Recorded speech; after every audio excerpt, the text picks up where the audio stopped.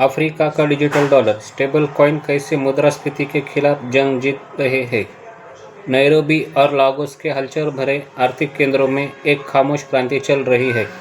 अफ्रीकी लोग यूएसडीटी और यूएसडीसी जैसे डॉलर से जुड़े स्टेबल कॉइन्स को अत्यधिक मुद्रास्फीति, अस्थिर विनिमय दरों और महंगे प्रेषण शुल्क से बचने के लिए आवश्यक उपकरणों के रूप में अपना रहे हैं। जो कभी एक विशिष्ट क्रिप्टो प्रयोग था, वो अब रोज़मर्रा का एक अनिवार्य वित्तीय साधन बन गया है। व्यापक दबाव और स्थिर समाधान। स्टेबल कॉइन को अपनाने का मुख्य कारण लगातार आर्थिक दबाव है। नाइजीरिया की मुद्रास्फीति हालांकि कम हो रही है, फिर भी ऊंची बनी हुई है। जुलाई 2025 में जो नायरा के मूल्य को लगातार कम कर रही है। केन्या में स्थिति थोड़ी कम गंभीर है, लेकिन पैटर्न वही है। शिलिंग के उतार चढ़ाव ने व्यापारियों के बीच अमेरिकी डॉलर की मांग को बढ़ा दिया है। इस पर उप सहारा अफ्रीका के दुनिया के सबसे महंगे प्रेषण गलियारे होने का दाग भी लगा है। घर पैसा भेजने पर औसतन चौका देने वाला शुल्क लगता है, से तक की राशि भेजने वाले परिवारों के लिए एक स्टेबल कॉइन हार्प और स्थानीय कैश आउट विकल्प इन लागतों में नाटकीय रूप से कटौती कर सकता है, जो कि आसपास शुल्क लेने वाले डिजिटल फर्स्ट ऑपरेटरों से भी बेहतर है। इसका परिणाम बड़े पैमाने पर अपनाने के रूप में सामने आया है। जुलाई 2023 और जून 2024 के बीच अकेले नाइजीरिया ने स्टेबल कॉइन लेनदेन में लगभग बिलियन का प्रसंस्करण किया, जो उप सहारा अफ्रीका में सबसे अधिक है। यह प्रभुत्व व्यावहारिक अर्थशास्त्र को उजागर करता है। स्टेबल कॉइन्स डिजिटल डॉलर के रूप में कार्य करता है, जो कम लागत पर हस्तांतरण की सुविधा प्रदान करते हैं। एक ऐसी गति और सामर्थ्य का मिश्रण जो पारंपरिक वित्त में बेजोड़ है। गुप्त हथियार।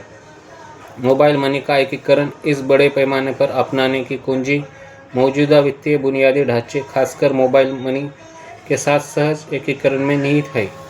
नैरोबी में कोटानी में जैसी सेवाएं, अमीना जैसे फ्रीलांसरों को बर्लिन में एक क्लाइंट से यूएसडीसी प्राप्त करने और तुरंत इसे अपने एम-पैसा वॉलेट में निकालने की अनुमति देती है।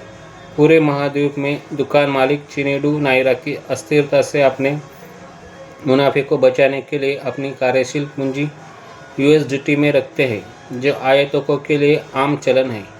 येलो कार्ड और चिपर कैश जैसी सेवाएं स्टेबल कॉइन्स को रोज़मर्रा के वाणिज्य में और भी गहराई से समाहित करती है। अक्सर अंतिम उपयोगकर्ता से क्रिप्टो परत को छिपाकर रखती है, चाहे वो बचत, वेतन या सीमा पार व्यापार के लिए हो। स्टेबल कॉइन्स अब मूल्य प्रबंधन के लिए पसंदीदा माध्यम है।